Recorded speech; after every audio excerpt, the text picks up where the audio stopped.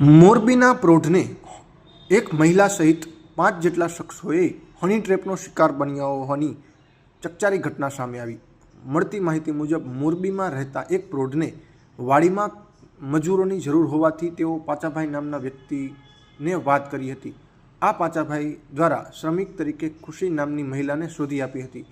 પ્રોઢ મહિલાને પોતાની વાડીએ મજૂરી કામ માટે લઈ ગઈ હતી, જ્યારે આ આરોપીઓ દ્વારા અગાઉથી જ પ્રોઢને જાણે હની ટ્રેપનો શિકાર બનાવવાનું કાવતરું રચ્યું હોય તેમ પાછળથી તેની પાછળ ગયા હતા અને આ મહિલાએ અગાઉથી કાવતરા મુજબ નિર્વસ્ત્ર થઈ વૃદ્ધને ભેટી પડી હતી, જેનો આરોપીઓએ વિડીયો બનાવી લીધો હતો। બાદમાં આ વિડીયોના આધારે બ્લેકમેલિંગ શરૂ કર્યું હતું, તેમજ મહિલાએ પણ દુષ્કર્મની ફરિયાદ નોંધાવવાની ધમકી આપી તેમની પાસેથી 52 લાખ રૂપિયાનું સોનું અને રોકડ રકમ સહિતનો મુદ્દામાલ પડાવી લીધો હતો।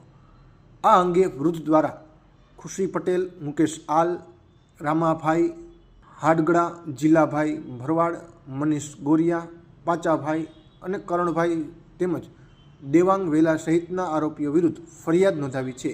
આ ફરિયાદના આધારે પોલીસે આરોપીઓની શોધખોળ હાથ ધરી હતી।